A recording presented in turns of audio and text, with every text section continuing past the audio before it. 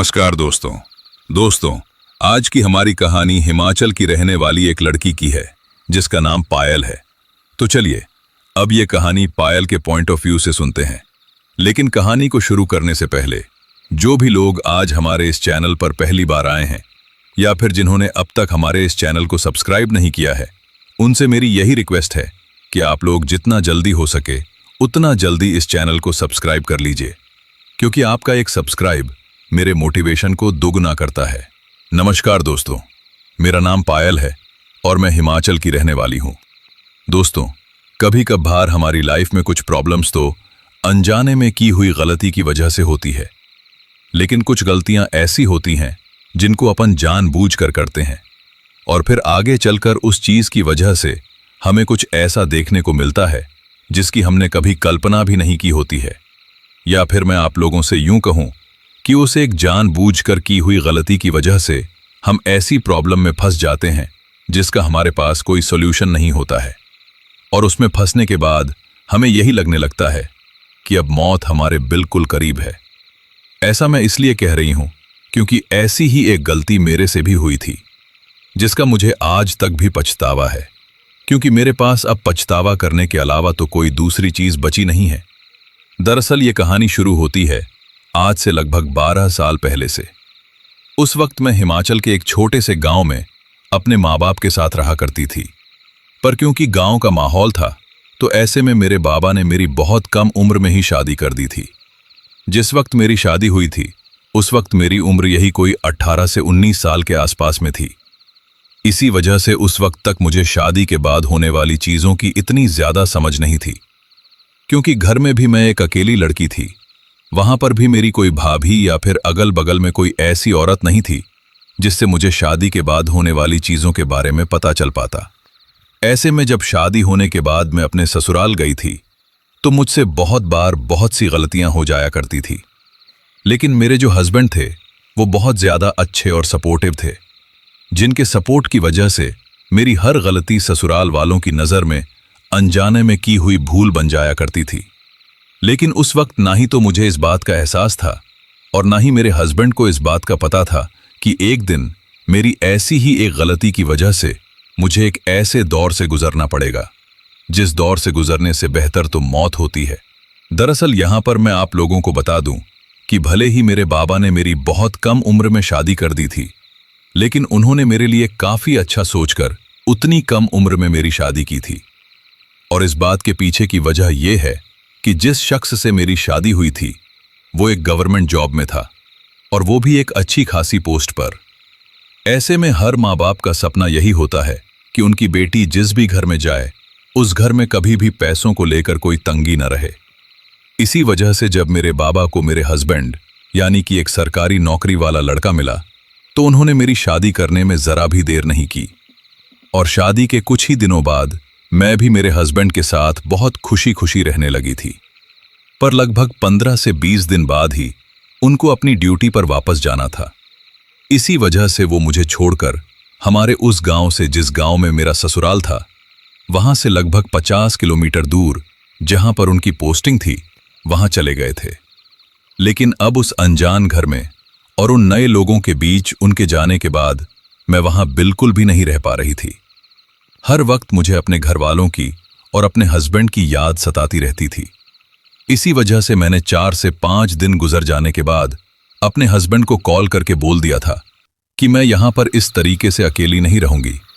अब भले ही मेरे मायके में बहुत कम लोग थे, लेकिन जो मेरा ससुराल था वो एक जॉइंट फैमिली थी।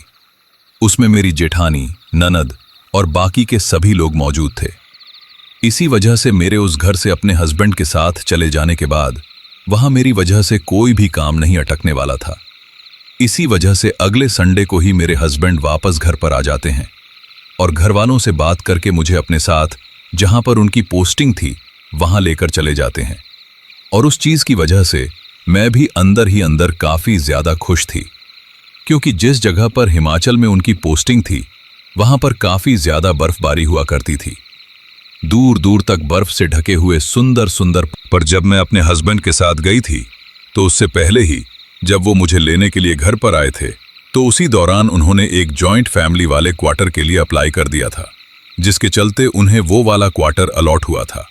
अब जब पहली बार मैं अपने हस्बैंड के साथ उस क्वार्टर में गई थी तो उसको देखकर तो मुझे ऐसा बिल्कुल भी नहीं लगा था कि इस क्वार्टर में एक ऐसी मनहूसियत छिपी हुई है जिसकी वजह से हमारी आगे की आने वाली जिंदगी नरक बन जाएगी। दरअसल हुआ ये था कि जिस दिन दोपहर के वक्त मैं अपने हस्बैंड के साथ उस क्वार्टर के पास पहुंची तो उसका दरवाज़ा देखकर हमें कुछ अजीब सा लगा, क्योंकि उसके दरवाजे के बाहर की तरफ जो कुंडी थी उस कुंडी के साथ साथ वहां पर एक लाल रंग का कपड़ा भी बंधा हुआ था। अब उस चीज को देखकर पहले तो हमें बहुत ज्यादा अजीब लगा, लेकिन फिर मेरे हस्बैंड ने मुझे हंसते हुए कहा कि अरे शायद अगल बगल के किसी चरवाहे ने गलती से यहां पर यह लाल कपड़ा बांध दिया होगा। ये बात बोलकर वो खुद से ही उस लाल कपड़े को अपने हाथों से खोलकर बाहर साइड की तरफ फेंक देते हैं और उसके बाद हम उस क्वार्टर का वो जो मेन दरवाजा था उसको खोलकर उसके अंदर चले जाते हैं।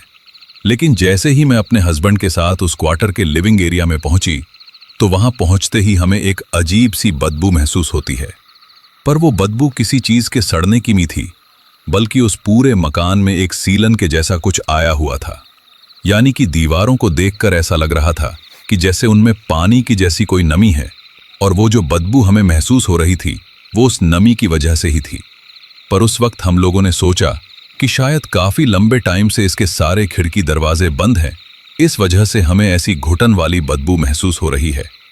जब इसके सारे खिड़की दरवाजे खुलेंगे और बाहर की हवा अंदर आएगी तो कुछ ही देर में ये बदबू आना बंद हो जाएगी, और फिर ऊपर से उसकी साफ सफाई करना भी बाकी था। इसी वजह से मेरे हस्बैंड मुझसे कहते हैं कि मैं आज शाम को ही डिपार्टमेंट में किसी चपरासी को बोलकर इसकी सफाई करवा देता हूं और फिर हम लोग कल से यहां पर रहने लग जाएंगे। उनके ऐसा कहते ही मैं भी उनकी हाँ में हाँ मिला देती हूं और उसके बाद हम लोग वहां से ही वापस जाने लगते हैं। कहने का मतलब, हमने उस क्वार्टर के सभी रूम को खोलकर नहीं देखा था। मतलब उसमें सामने की तरफ 2 कमरे बने हुए थे, बगल में एक किचन था और फिर किचन के सामने की तरफ जो लिविंग एरिया था उसके टच में ही एक गेस्ट रूम भी था, ताकि आपका कभी कोई फैमिली मेंबर या बाहर का कोई भी इंसान वहां पर स्टे के लिए आए तो वहां पर वो गेस्ट रूम भी बना हुआ था। तो ऐसे में उस क्वार्टर को देखकर मुझे ये लगा था कि ये हमारे लिए बिल्कुल परफेक्ट है। लेकिन मेरी ये सोच आगे चलकर इतनी बुरी तरीके से गलत साबित होने वाली थी जिसकी मैंने कभी कल्पना नहीं की थी। अब उस दिन तो हम लोग उस लिविंग एरिया से ही वापस लौट आए थे, लेकिन जब मैं अपने हस्बैंड के साथ वहां से वापस लौट रही थी तो लौटते वक्त उस लिविंग एरिया के कोने में जो एक डस्टबिन रखा हुआ था उस डस्टबिन की तरफ कुछ सेकंड के लिए मेरी नजर पड़ी थी। और जब मैंने उस तरफ देखा तो मुझे दिखाई दिया कि उस डस्टबिन में एक फोटो पड़ी हुई है जिसकी ऊपर की फ्रेम और कांच टूटा हुआ है। जब मैंने वो फोटो देखी तो वहां से निकलते निकलते मेरे कदम रुक गए और मैं कुछ 4 से 5 सेकंड के लिए उस डस्टबिन के पास रुककर जब उस फोटो को देखती हूं तो मुझे दिखाई देता है कि उस फोटो में कोई औरत अपने हस्बैंड के साथ खड़ी हुई है। पर जिस तरीके से उसने अपने एक हाथ को आगे की तरफ अपने पेट पर रख रखा था उसको देखकर ऐसा लग रहा था कि शायद जिस वक्त ये फोटो खींची गई थी उस वक्त वो औरत पेट से थी। पर जब मैं वहां रुककर उस फोटो को देख रही थी तभी मेरे हस्बैंड बाहर की तरफ से मुझे आवाज लगाते हैं, क्योंकि वो मेरे आगे चलते चलते बाहर पहुंच गए थे। पर जिस वक्त उन्होंने ये देखा कि मैं वहीं लिविंग एरिया में रुककर ही कुछ देख रही हूं तो वो मुझसे कहते हैं कि अरे अभी इन सब चीजों पर इतना ज्यादा ध्यान मत दो, शाम को मैं किसी को भेजकर यहाँ की साफ सफाई करवा देता हूँ, उसके बाद कल से अपने अपने हिसाब से यहाँ सारी चीजों को सेट कर देंगे। अब उनके ऐसा कहते ही मैं उस फोटो को वहीं की वहीं डस्टबिन में पड़ा हुआ छोड़कर ही उनके साथ निकल जाती हूँ।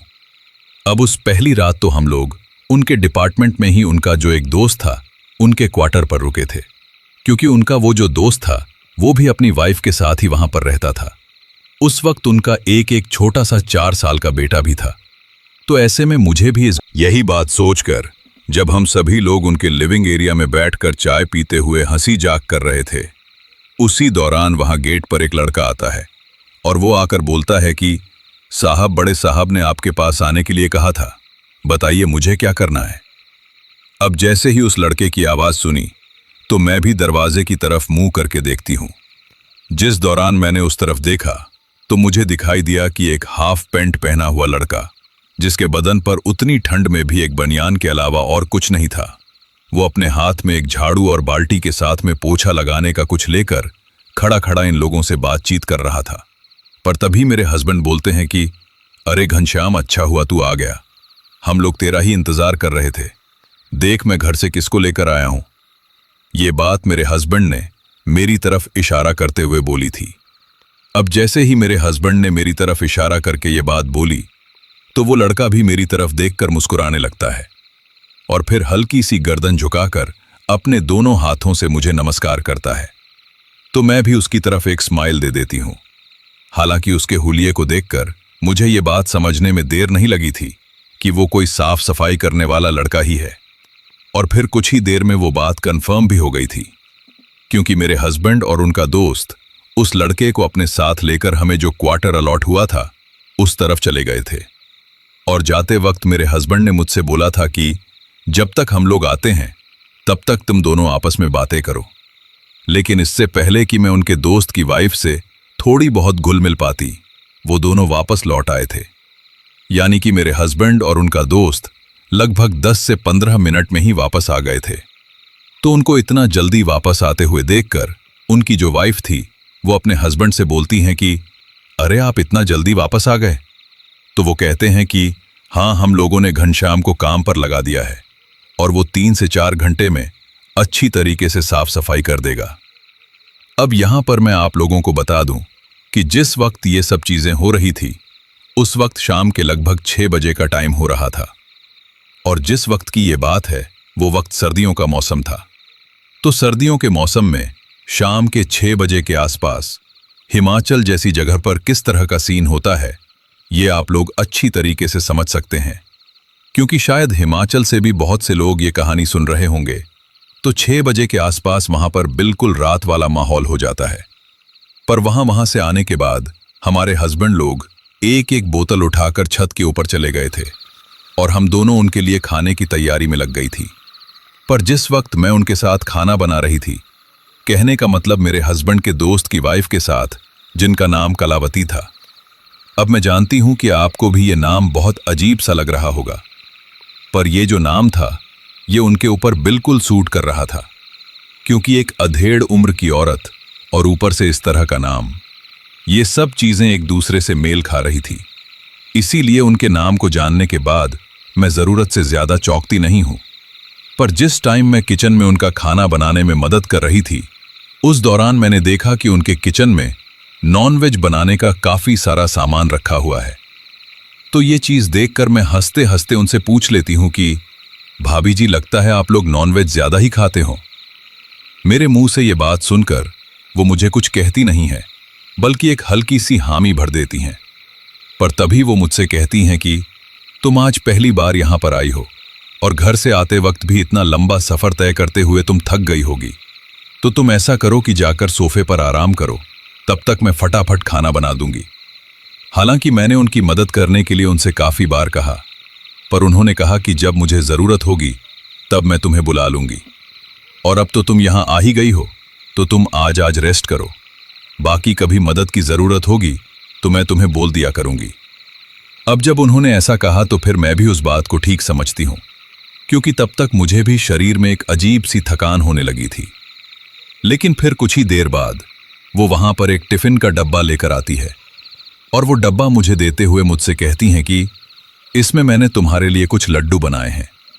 जब तुम उस क्वार्टर में रहने लग जाओ तो मन करे उस वक्त इनको खा लेना। अब एक अनजान औरत से इस तरीके से लड्डू लेकर खाना मुझे थोड़ा ठीक नहीं लगा। हालांकि मेरी ये बात सुनकर आप लोग सोच रहे होंगे कि मैं ये क्या बोल रही हूं। अभी तो मैं बोल रही थी कि वो मेरे हस्बैंड के दोस्त। अब हुआ ये था कि जब मैंने उन भाभी जी को उनसे वो लड्डू लेने के लिए मना किया तो वो मुझसे कहती हैं कि अरे ये लड्डू स्पेशल मेरी माँ ने मेरे मायके से मेरे लिए बनाकर भेजे थे, और अब तो तुम मेरी बहन जैसी हो, तो मेरी माँ तुम्हारी माँ हुई, तो क्या एक माँ के हाथ से बने हुए लड्डू तुम नहीं खाओगी।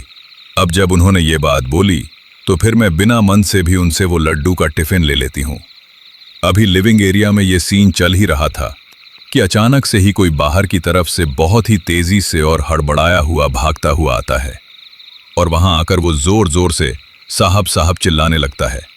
पर जैसे ही उसकी वो घबराई हुई आवाज मेरे कानों में पड़ती है तो मैं झट से पलट कर पीछे की तरफ देखती हूँ और जैसे ही मैं पीछे की तरफ देखती हूँ तो मुझे दिखाई देता है कि वो शख्स और कोई नहीं बल्कि वही लड़का था जो हमारे उस क्वार्टर की सफाई करने के लिए गया था, जिसका नाम घनश्याम था। अब घनश्याम को वहां पर उस तरीके से हाफता हुआ और पसीने में भीगा हुआ देखकर, इससे पहले कि मैं कुछ बोल पाती, कलावती भाभी उससे काफी तेज आवाज में बोलती हैं कि क्या हुआ घनश्याम, तू इस तरीके से पसीने में क्यों भीगा हुआ है। अब जैसे ही उन्होंने ये बात पूछी तो उस वक्त घनश्याम इतना ज्यादा डरा हुआ था कि वो अपने मुंह से ठीक तरीके से कुछ बोल भी नहीं पा रहा था। पर शायद तब तक उसकी ये आवाज ऊपर हमारे जो हस्बैंड लोग बैठे हुए थे उनको भी सुनाई दे गई थी। इसी वजह से वो लोग भी नीचे की तरफ आ जाते हैं और नीचे आते ही जब उन्होंने घनश्याम को उस हालत में देखा तो उसको देखकर मेरे हस्बैंड उससे कहते हैं कि तुम यहां क्या कर रहे हो, हम लोग तो तुम्हें उस क्वार्टर में साफ सफाई में लगा कर आए थे। तो जैसे ही मेरे हस्बैंड ने ये बात बोली तो घनश्याम हकलाती हुई आवाज में मेरे हस्बैंड से कहता है कि साहब, मुझसे उस क्वार्टर की सफाई नहीं हो पाएगी। अब जैसे ही उसने ये बात बोली तो मेरे हस्बैंड उससे कहते हैं कि क्यों भाई, नौकरी करने की इच्छा नहीं है या फिर आजकल तुम भी बाकी के लोगों की तरह कामचोर हो गए हो। तो उनके द्वारा ये बात बोलते ही घनश्याम उनसे हाथ जोड़कर कहता है कि साहब, आपको अगर कुछ और काम करवाना है तो आप मुझे बोल दो, मैं वो काम पूरी अच्छी तरीके से कर दूंगा, पर उस क्वार्टर में तो मैं सफाई करने के लिए दोबारा नहीं जाऊंगा। अब जब घनश्याम ने ये बात बोली तो मेरे हस्बैंड थोड़ा सीरियस होकर उससे पूछते हैं कि आखिर बात क्या है। तो घनश्याम कहता है कि बस मैंने आपसे बोल दिया कि मेरे से उस क्वार्टर की सफाई नहीं हो पाएगी। इतना बोलकर वो वहां से भागता हुआ बाहर की तरफ चला जाता है। अब घनश्याम के द्वारा अचानक से आकर ये बात बोलने के बाद हम चारों लोग एक दूसरे की तरफ बड़े ही अचंभे वाली नजरों से देख रहे थे। पर तभी मेरे हस्बैंड कहते हैं कि अरे कोई बात नहीं, कल सुबह अपन खुद ही वहां की साफ सफाई कर लेंगे।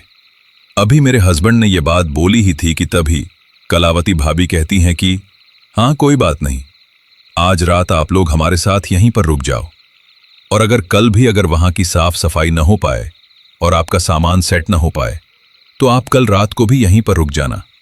जब तक आपके वहां पर आपका सारा सामान सेट नहीं हो जाता तब तक आप यहां रह सकते हो, हमें कोई प्रॉब्लम नहीं है।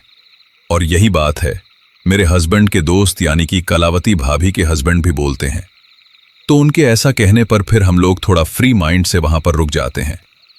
पर एक बात थी जो बार बार मेरे मन में खटक रही थी, और वो ये थी कि आखिर घनश्याम वहां से इस तरीके से डरते हुए क्यों भाग कर आया था। लेकिन फिर मैंने सोचा कि शायद कम उम्र का लड़का है, इस वजह से किसी चीज को देखकर डर गया होगा। यही बात सोचते हुए मैं उसकी उस बात को दिमाग से निकाल देती हूं और फिर हम खाना खाने के बाद सो जाते हैं।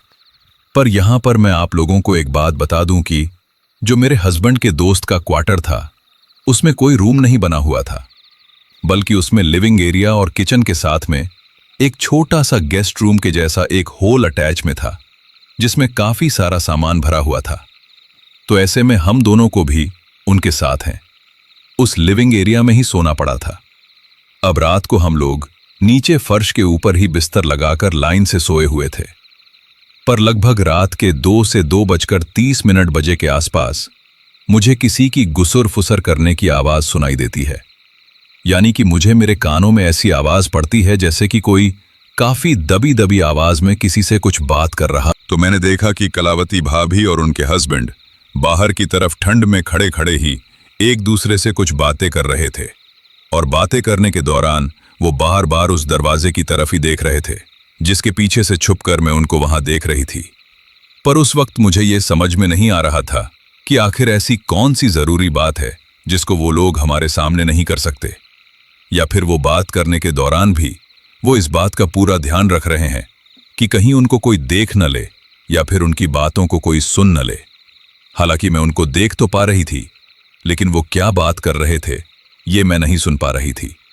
पर तभी कुछ ही देर बाद जब वो दोनों वापस अंदर की तरफ आने लगे तो मैं भी फटाफट अपने बिस्तर पर जाकर सोने का नाटक करने लगती हूं, और फिर कुछ ही सेकंड में वो दोनों भी अंदर जाकर सो गए थे।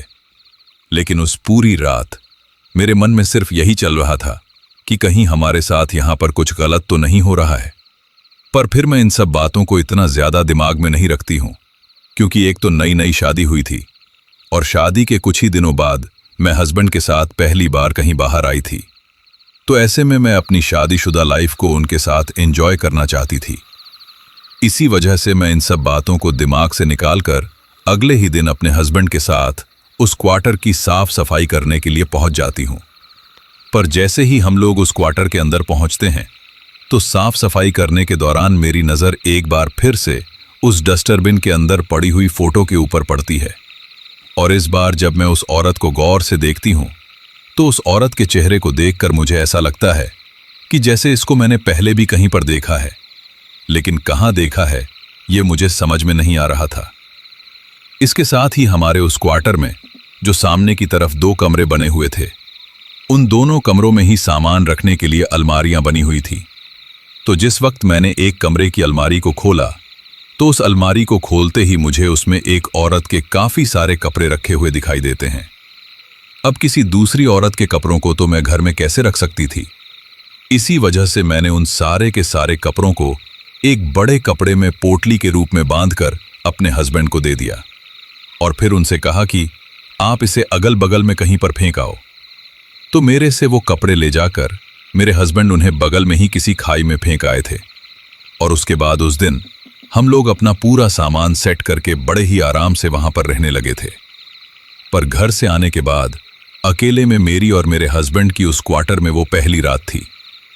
इसी वजह से जैसे ही रात को खाना खाने के बाद मैं अपने बेडरूम में, यानी कि उस क्वार्टर में जिस कमरे को हमने अपना बेडरूम बनाया था, उस कमरे में जब मैं कुछ छोटे मोटे बचे हुए सामान को सेट करने में ही लगी हुई थी, तो तभी अचानक से मेरे हस्बैंड आकर मुझे पीछे से पकड़ लेते हैं और उसके बाद वो मुझे और मेरे शरीर के कुछ उत्तेजक अंगों को इस तरीके से दबाने लगे थे कि मैं वो सारा का सारा काम करना छोड़कर उनके साथ एक अजीब सी मदहोशी में खो जाती हूँ। हालांकि मैंने बीच में उन्हें बोला भी कि मैं थोड़ा सा सामान सेट कर लूं, उसके बाद आपके पास आती हूँ, पर उस टाइम पर मेरे हस्बैंड में थोड़ा बहुत भी सब्र नहीं था। इसी वजह से फिर मैं सारी चीज़ों को छोड़कर उनके साथ बिस्तर के ऊपर चली जाती हूँ। लेकिन ये चीज़ होने के लगभग 10 से 15 मिनट के बाद जब हम लोग हमारी उस क्रिया में बिल्कुल तल्लीनता के ऊपर थे और जब मेरे हस्बैंड बिस्तर के ऊपर पड़े हुए थे और मैं उनके ऊपर बैठकर बिल्कुल बिना कपड़ों के उस चीज़ का आनंद ले रही थी, तो उसी दौरान अचानक से ही उस कमरे की जो खिड़की थी, उस खिड़की की तरफ एक पल के लिए मेरी नज़र चली जाती है। और जैसे ही मेरी नज़र उस खिड़की के ऊपर पड़ती है तो मुझे ऐसा लगता है कि जैसे से बाहर की तरफ से कोई हम दोनों को उस हालत में वो सब कुछ करते हुए देख रहा है। पर जैसे ही मेरी नज़र उस तरफ पड़ी तो वो जो कोई भी था वो झट से पीछे की तरफ हट गया था, क्योंकि शायद उसको ये दिखाई दे गया था कि मैंने उसको वहां पर देख लिया है। पर यह चीज़ होते ही मैं वहां से उठकर बिल्कुल उसी हालत में ही खिड़की के पास जाती हूं और जब बाहर की तरफ जाकर देखती हूं तो सर्दियों के टाइम में बाहर की तरफ कोहरा इतना ज्यादा था कि वो जो कोई भी था वो मुझे ठीक तरीके से दिखाई नहीं देता है। लेकिन मुझे इतना तो दिखाई दे गया था कि वहां पर वास्तव में कोई तो था, क्योंकि जैसे ही मैंने खिड़की के पास आकर देखा तो मुझे एक शख्स बिल्कुल काली कंबल लपेटे। और यहां पर मैं आप लोगों को एक बात और बता देती हूं कि उस चीज का संयोग ऐसा हुआ था कि उस घर के अंदर जितना भी पहले का कचरा और बाकी के कपड़े या फिर कोई भी पुरानी चीज थी, हम लोगों ने हर चीज को बाहर साइड में फेंक दिया था। लेकिन उस डस्टबिन के अंदर वो जो एक फोटो पड़ी हुई थी, उस फोटो को फेंकना हम लोग भूल गए थे। इसी वजह से जैसे ही मेरी नजर उस फोटो की तरफ गई तो मैं उस डस्टबिन के पास जाकर उसमें वो जो कांच टूटी हुई फोटो पड़ी थी, उस फोटो को उस डस्टबिन से बाहर निकालती हूं। और उसके बाद जब मैंने उस फोटो को गौर से देखना चाहा तो उस दौरान मेरी एक उंगली उस फोटो फ्रेम का जो टूटा हुआ कांच था उसके ऊपर लग जाती है, जिसकी वजह से मेरा खून उस फ्रेम के ऊपर लग चुका था। पर जैसे ही मेरे खून की बूंद उस फोटो के ऊपर लगी तो मुझे अचानक से ही मेरा जो बेडरूम था उसके अंदर से किसी औरत की हंसने की आवाज सुनाई देती है। अब एक बार तो जैसे ही मुझे वो हंसने की आवाज सुनाई दी तो मैं झट से पीछे की तरफ पलट कर देखती हूं, पर उस दौरान मेरा जो बेडरूम था उसका दरवाजा पूरा खुला हुआ था, जिससे मुझे वो पूरा का पूरा कमरा वहां से साफ साफ दिखाई दे रहा था। इसी वजह से जैसे ही मैंने पीछे की तरफ पलट कर देखा तो उस वक्त कमरे में मुझे कोई भी दिखाई नहीं देता है। हालांकि दरवाजे के बगल में जो दीवार थी, उस दीवार की वजह से उस कमरे का एक तरफ के कोने का थोड़ा बहुत हिस्सा मुझे दिखाई नहीं दे रहा था। पर उस तरफ देखने के बाद जब मैं दोबारा से उस फोटो की तरफ देखने लगी तो उस दौरान मुझे फिर से ठीक वैसी ही औरत की हंसने की आवाज सुनाई देती है। और जैसे ही इस बार मुझे वो बिल्कुल साफ साफ हंसने वाली आवाज सुनाई देती है तो मैं डर जाती हूं। और डरते हुए जैसे ही मैंने अपने कमरे की तरफ फिर से देखा तो मुझे दिखाई दिया कि दरवाजे की तरफ अंदर से एक ऐसी परछाई पड़ रही है जिस परछाई को देखकर मुझे इतना तो समझ में आ गया था कि वो परछाई किसी औरत की ही है, क्योंकि उस परछाई में उस औरत के सिर के खुले हुए बाल हवा में उड़ते हुए दिखाई दे रहे थे। अब उतनी कम उम्र में जब मेरे साथ वो चीज हो रही थी तो मैं किसी बच्चे की तरह बुरी तरीके से डर गई थी। इसी वजह से मैं डर के मारे हक लाती हुई आवाज में कहती हूं कि कौन है वहां, सामने आओ। पर जैसे ही मैंने ये बात बोली तो अभी तक मुझे जिस औरत की हंसने की आवाज सुनाई दे रही थी उसी की अजीब तरीके से गुर्राने की भी आवाज सुनाई देती है। और जैसे ही मैं उस आवाज को सुनती हूं तो मेरा वहां पर एक पल के लिए भी रुकने का मन नहीं करता है। पर तभी मैं सोचती हूं कि एक बार अंदर चलकर तो देखना ही पड़ेगा कि आखिर बात क्या है। इसी वजह से मैं उस फोटो को हाथ में लिए हुए ही धीरे धीरे अपने उस बेडरूम की तरफ जाने लगती हूं। पर जैसे ही मैं अपने बेडरूम के अंदर गई तो मुझे अपने उस पूरे बेडरूम में कहीं पर कुछ भी दिखाई नहीं देता है, यानी कि वहां पर किसी भी औरत का कोई नामो निशान नहीं था। लेकिन जैसे ही बेड के बगल में जो मेरी ड्रेसिंग थी, अब यहां पर अगर आप लोग ड्रेसिंग का मतलब ना समझो तो मैं आपको बता दूं कि जो बड़ा सा मिरर लगा हुआ होता है जिसमें अपन कपड़े पहनते वक्त और तैयार होते वक्त खुद को देखते हैं, तो जब मेरी नजर उस शीशे के ऊपर पड़ी तो उस शीशे के अंदर मुझे एक औरत दिखाई देती है जो कि खड़ी खड़ी मेरी तरफ देखकर मुस्कुरा रही थी। और उस शीशे में से ही उस औरत की परछाई उस कमरे के दरवाजे तक पड़ रही थी, जिसके उड़ते हुए बाल मुझे उस शीशे में साफ साफ दिखाई दे रहे थे। लेकिन जैसे ही उस शीशे में मुझे उस औरत का चेहरा दिखाई दिया तो उस चेहरे को देखते ही मैं इतनी बुरी तरीके से कांप जाती हूं कि मेरे मुंह से बस एक बहुत भयंकर चीख निकलती है। और जैसे ही मैं चीखती हूं तो अचानक से ही उस शीशे में मुझे वो औरत दिखना बंद हो जाती है। पर जैसे ही मैंने देखा कि वो औरत उस शीशे में दिखना बंद हो गई है तो फिर मैं काफी तेजी से भागते हुए कलावती भाभी के क्वार्टर की तरफ जाने लगती हूं। पर उस दौरान मैं ये बात भूल गई थी कि जो फोटो फ्रेम मैंने अपने हाथ में ले रखी है उसको तो मैं घर पर छोड़ दूं, बल्कि मैं तो उस वक्त उसको अपने हाथ में लेकर ही वहां से भागकर बाहर आ गई थी। इसके साथ ही यहां पर मैं आप लोगों को एक बात और बता दूं कि उस वक्त उस औरत को शीशे में देखते ही मेरी इतनी बुरी तरीके से चीखने के पीछे की वजह यह थी कि उस औरत का जो चेहरा था वो पूरी तरीके से खून में सना हुआ था। उस वक्त उसके चेहरे पर इतने ज्यादा कट यानी कि घाव लगे हुए थे कि जैसे किसी ने उसके चेहरे को इसी वजह से जब मैं उनके घर पर पहुंची तो मेरे को उतना बुरी तरीके से पसीने में भीगा हुआ और घबराया हुआ देखकर वो मुझसे पूछती हैं कि अरे पायल, तुम इतना ज्यादा पसीने में कैसे भीगी हुई हो, कहीं से भागकर आ रही हो ऐसा लग रहा है। तो उनके ऐसा कहते ही मैं उन्हें मेरे साथ जो कुछ भी हुआ था वो सारी बात बताती हूं। लेकिन उस वक्त मुझे इस बात का जरा भी अंदाजा नहीं था कि एक कुएं से निकलकर मैं खाई में गिर रही हूं। अब मेरी इस बात को यहां पर जो समझदार लोग हैं वो समझ गए होंगे, और जिन लोगों को समझ में नहीं आया है उनको थोड़ी ही देर में कहानी में आगे चलकर समझ में आ जाएगा कि मैंने यहां पर यह बात क्यों बोली थी। दरअसल कलावती के पास जाने के बाद जब तक मेरे हस्बैंड ड्यूटी से वापस नहीं लौटे तब तक मैं उसके पास ही रुकती हूं। लेकिन उस दौरान बातों ही बातों में वो मुझसे पूछती हैं कि अच्छा, मैंने तुम्हें वो जो लड्डू दिए थे वो तुमने खाए या नहीं। तो उनके ऐसा पूछने पर मैं उनसे कहती हूं कि भाभी, ठीक तरीके से कुछ खाने का टाइम ही नहीं मिला। कल तो पूरे दिन साफ सफाई में लगे हुए थे और फिर पूरे दिन काम करने की वजह से मैं थक गई थी। इसी वजह से मैं रात को जल्दी ही सो गई थी और फिर सुबह होने के बाद उनका नाश्ता तैयार करने लग गई, जिसकी वजह से आपके दिए हुए उन लड्डुओं के ऊपर मेरा ध्यान ही नहीं गया। अब जैसे ही मैंने उन्हें ये बात बोली तो वो मुझसे कहती हैं कि ठीक है, तुम जरा बैठो। मुझसे ये कहकर वो कुछ ही देर में किचन में से वापस आती हैं और मेरे लिए एक कटोरी में कुछ लड्डू लेकर आती हैं और उन लड्डुओं को देते हुए मुझसे कहती हैं कि कोई बात नहीं, मेरे पास और काफ़ी सारे रखे हुए थे, तुम इनमें से थोड़े बहुत खा लो। अब पहले तो मैंने उन्हें इस चीज़ के लिए मना किया, लेकिन जब वो काफ़ी दबाव देकर मुझसे कहने लगी तो फिर उनका मन रखने के लिए मैंने उनमें से 2 लड्डू उठा लिए थे। लेकिन जैसे ही मैंने वो लड्डू खाए तो उन लड्डू को खाने के लगभग 10 से 15 मिनट बाद मुझे अपने चारों तरफ की चीज़ें गोल गोल घूमती हुई दिखाई देने लगी थी। उस वक्त मुझे ऐसा लग रहा था कि जिस सोफे के ऊपर मैं बैठी हुई हूँ, उस सोफे के अलावा ज़मीन सहित बाकी की सारी चीज़ें काफ़ी तेज़ गति से घूम रही हैं। और फिर देखते ही देखते उस तरीके से चक्कर आने के बाद मैं कब बेहोश हो गई, मुझे इसके बारे में पता ही नहीं चला।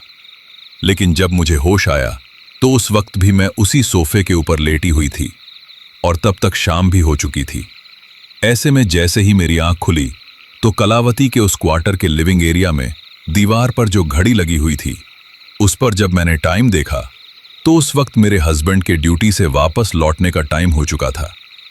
इसी वजह से मैं वहां से उठकर अपने क्वार्टर की तरफ चली जाती हूं, क्योंकि उस वक्त मुझे कलावती कहीं भी दिखाई नहीं दे रही थी।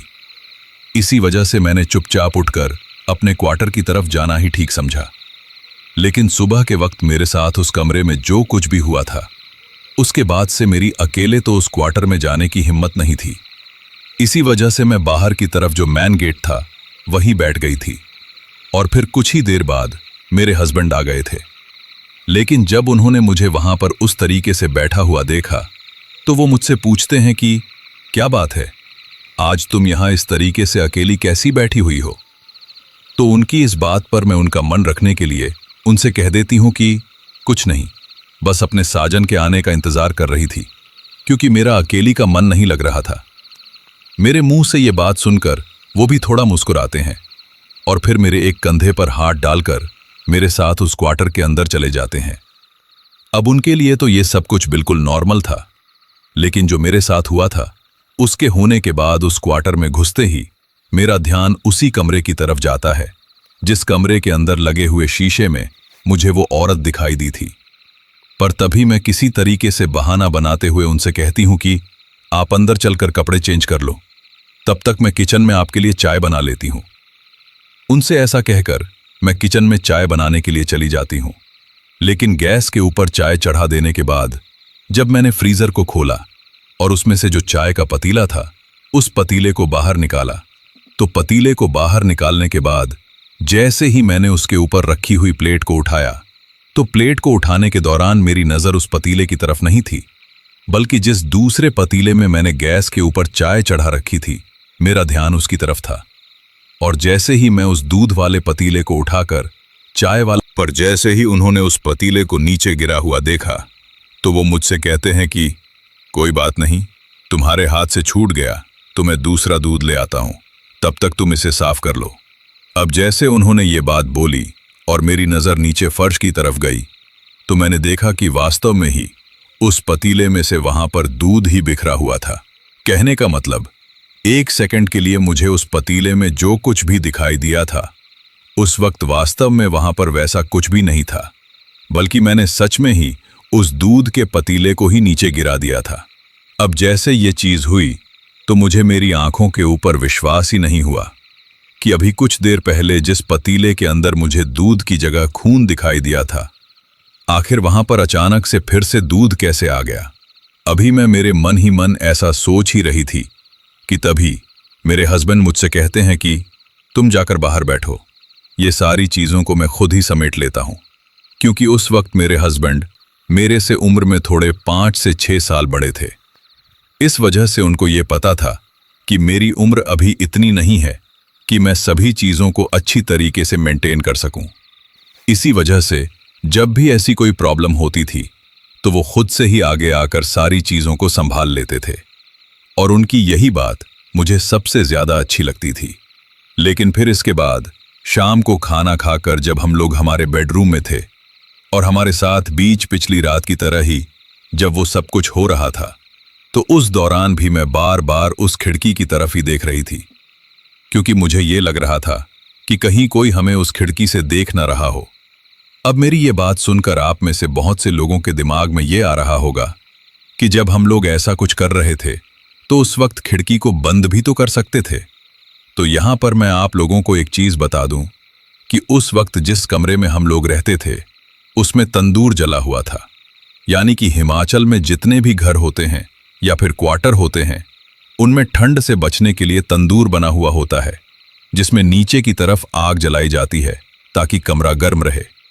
तो ऐसे में उस वक्त हमारे उस कमरे के अंदर जो तंदूर था, जिसको हम लोग खाना खाने के बाद आग जलाकर छोड़ देते थे ताकि पूरी रात कमरा गर्म रहे, तो उस तंदूर की जो धुआं थी उसको बाहर निकालने के लिए हमें मजबूरी में उस खिड़की को थोड़ा खुला रखना पड़ता था, क्योंकि खिड़की को पूरी तरीके से बंद करने पर तो धुआं कमरे के अंदर ही भर जाता।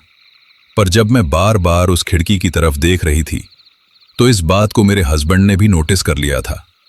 इसी वजह से उन्होंने मेरा ध्यान दूसरी तरफ कर दिया और उसके बाद जब मैं उनके साथ पूरी तरीके से तल्लीनता में थी तो अचानक से ही एक पल के लिए मेरी नजर जब उस खिड़की की तरफ फिर से गई तो मुझे दिखाई दिया कि इस बार भी उस खिड़की के बाहर कोई खड़ा हुआ है।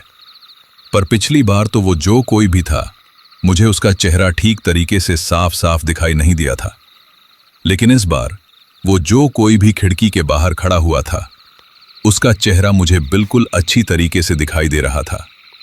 और वो जो कोई भी था वो और कोई नहीं बल्कि वही औरत थी जो मुझे उस शीशे में दिखाई दी थी। अब उसी औरत को अपनी खिड़की के बाहर देखकर और उतने ही डरावने चेहरे के साथ देखकर वो चीज करने के दौरान ही मेरे मुंह से एक बहुत भयंकर चीख निकल जाती है। अब एक पल के लिए मेरे को उस तरीके से चीखता हुआ देखकर तो मेरे हस्बैंड को लगा कि शायद उनसे कोई गलती हो गई है, इस वजह से मैं दर्द के मारे चीखी हूं। तो इसीलिए वो मुझे बार बार सॉरी बोलने लगते हैं और मुझसे कहते हैं कि मैं अब पूरा ध्यान रखूंगा। लेकिन जल्दी ही उन्हें यह बात समझ में आ गई थी कि मेरी वो चीख किसी दर्द की वजह से नहीं बल्कि किसी और ही वजह से निकली है। पर जब मेरी नजर लगातार एक तक उस खिड़की की तरफ टिकी हुई थी तो वो भी उस खिड़की की तरफ देखते हैं। लेकिन जैसे ही मेरे हस्बैंड उस खिड़की की तरफ देखने के लिए मुड़ते हैं तो वो औरत अचानक से ही वहां से गायब हो जाती है। अब उस औरत को एक बार फिर से अपनी आंखों के सामने देखकर मुझे ये समझ में आ गया था कि जो कुछ भी मैंने देखा है वो मेरी आंखों का वहम नहीं बल्कि वास्तव में ही हकीकत है। और ये औरत अब हमारा पीछा करने लग गई है। लेकिन वो कौन थी और उसको हमसे क्या चाहिए था, ये उस वक्त तक मुझे बिल्कुल भी पता नहीं था और ना ही मेरी उससे ये पूछने की हिम्मत थी कि वो हमसे क्या चाहती है, क्योंकि उसका जो चेहरा था वो इतना ज्यादा डरावना था कि कोई भी अगर उसके चेहरे को एक सेकंड के लिए, पर शायद कुछ ऐसा था जो मुझे अब तक सब चीजों से बचा रहा था। लेकिन आगे शायद मेरा बचना मुश्किल था, क्योंकि अब तक तो मैंने कलावती के दिए हुए वो लड्डू भी नहीं खाए थे, क्योंकि इन सब चीजों के दौरान मुझे कभी उसके दिए हुए लड्डू को खाने की याद ही नहीं आई। और ये चीज मुझे भी बहुत ज्यादा अचंभित करती थी। जब भी मुझे उसके दिए हुए लड्डू का वो टिफिन दिखाई देता था तो हर बार ऐसे टाइम पर दिखाई देता था जब मैंने थोड़ी देर पहले ही खाना खाया होता था। ऐसे में हर बार उस टिफिन को देखकर मैं सोचती थी कि थोड़ी देर बाद इसको खा लूंगी और फिर मैं उस बात को भूल जाती थी। ऐसे करते करते उन लड्डुओं को दिए हुए मुझे 1 से 1.5 महीने का टाइम हो गया था, लेकिन मैंने उन 1 से 1.5 महीनों में एक भी लड्डू उठाकर नहीं खाया था।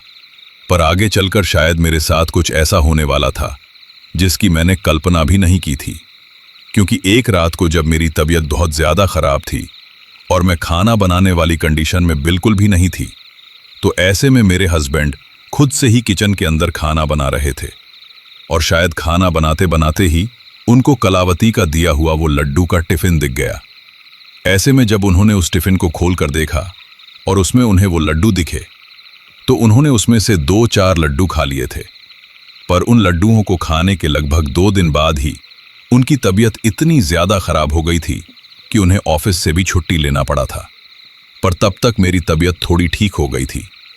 इस वजह से जिस रात उनको बहुत तेज बुखार था, उस रात में बार बार उनके लिए पानी ला रही थी और उनके सिर पर गीला कपड़ा करके डाल रही थी, क्योंकि बुखार की वजह से उनका जो सिर था वो इतना ज्यादा गर्म हो चुका था कि जैसे वो फटने ही वाला हो।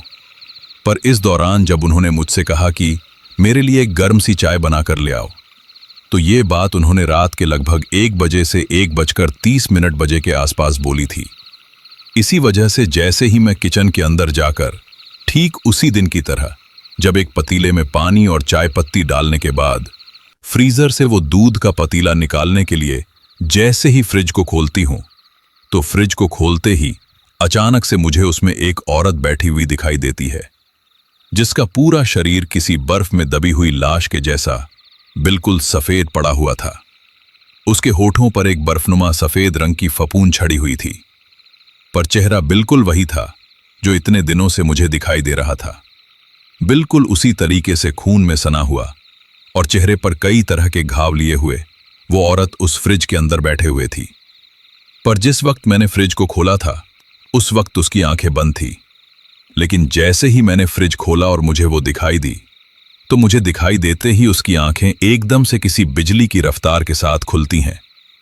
और जैसे ही उसकी आंखें खुलती हैं, तो आंखों को खुलने के साथ ही उसके चेहरे पर एक बहुत तेज मुस्कुराहट आती है। और वो चीज देखने के साथ ही मेरे मुंह से एक बहुत भयंकर चीख निकल जाती है, और उस चीख के साथ ही मैं वहीं की वहीं बेहोश होकर गिर जाती हूं।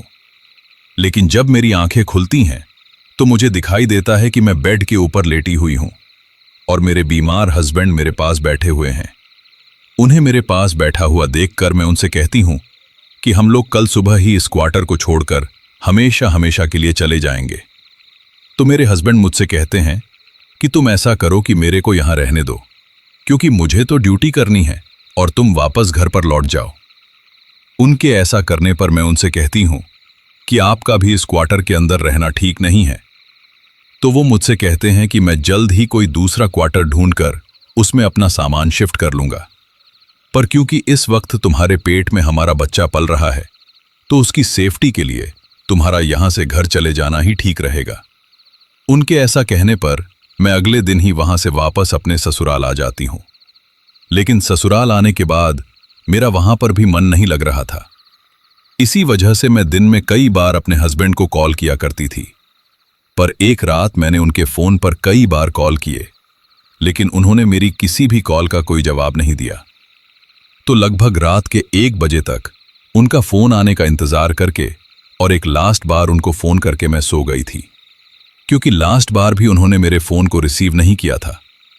पर जब मैं सुबह उठी, उससे पहले ही मेरे घर में मातम छाया हुआ था, और वो दिन मेरी लाइफ का पहला ऐसा दिन था जब, पर उस वक्त मेरे दिमाग में भी वही सब कुछ आया था जो इस वक्त इस कहानी को यहां तक सुनने के बाद आप लोग समझ रहे हो, कि मेरे हस्बैंड ने ये चीज खुद से की थी या फिर उनके साथ उस क्वार्टर के अंदर और ही कुछ हुआ था और फिर उस चीज को एक सुसाइड का रूप दे दिया गया था। लेकिन ये चीज किस वजह से हुई थी, ये बात मुझे उनकी डेड बॉडी आने के बाद अच्छी तरीके से पता चल गई थी, क्योंकि जब उनकी डेड बॉडी आई थी तो उनका चेहरा भी ठीक वैसे ही कुचला हुआ था, जैसे कुचले हुए चेहरे वाली वो औरत मुझे बार बार दिखाई देती थी।